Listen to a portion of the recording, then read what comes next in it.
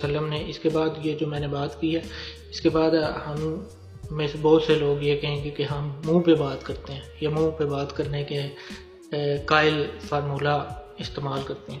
ان کے لیے پھر آگے پیغام میں آپ کو دے رہا ہوں کہ صحابہ کرام نے رسول صلی اللہ علیہ وسلم سے پوچھا کہ محمد رسول صلی اللہ علیہ وسلم سے کہ اگر ہم برے کو منہ پہ کہہ دیں کہ وہ برا ہے، ٹھیک ہے، تو آپ صلی اللہ علیہ وسلم نے اس کے بارے میں کیا فرمایا کہ یہ پھر بے حیائی ہے.